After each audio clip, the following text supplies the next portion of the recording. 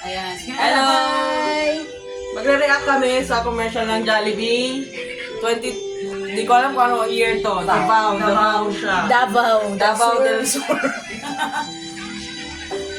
Focus ka na doon. Ako na. Ano yung focus mo dyan? Ikaw kasi, napanood ko yan eh. Ikaw doon. So, nag-loading siya kaya slow-mo. Nakahirap man din. Hello guys, this is the reaction for the commercial of Jollibee Davao. Oh, English yan ha, Davao. Davao. Divao. Divao. Davao.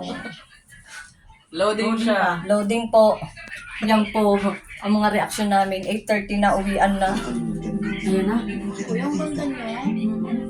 Ano ko si Larry? Pakinggan nyo. Naalala ko, sa Jollibee pa lang, sinabi ko na sa sarili ko, she's the one. Parang napanood ko na yan noon pa. Sigurado bang pag kumain ka ng Jollibee, natitingin sa'yo lalaking ganyan? Bakit sa dami ng beses na ating pagkain? Sus, parehas pa lang. Parehas pa sila order. Wah. The one? May nakasubayan din ako, cooking. Pero hindi kami nag-click. Alam ko that you want to Spend spend the rest of my life. Naiyak na yung isa doon. Kaya pinapangako ko na I will be the man for you. Uy, nakatulala siya. Kung ganyan. Ganda. Tapos ang ending, best man lang pala yung lalaki. Kakasingot ko. Ang ganda niya. Ang ganda niya. Sasayin kita.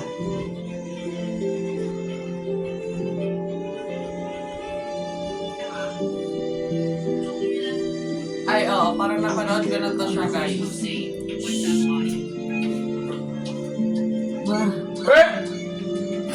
Full cut! I'll be patient with you at all times. Where is my key? Kinuha pa yun. I promise I will never change. Sabi ko na eh. Best man ang napuntahan tuloy ng lahat. Mahal na mahal kita. Ay.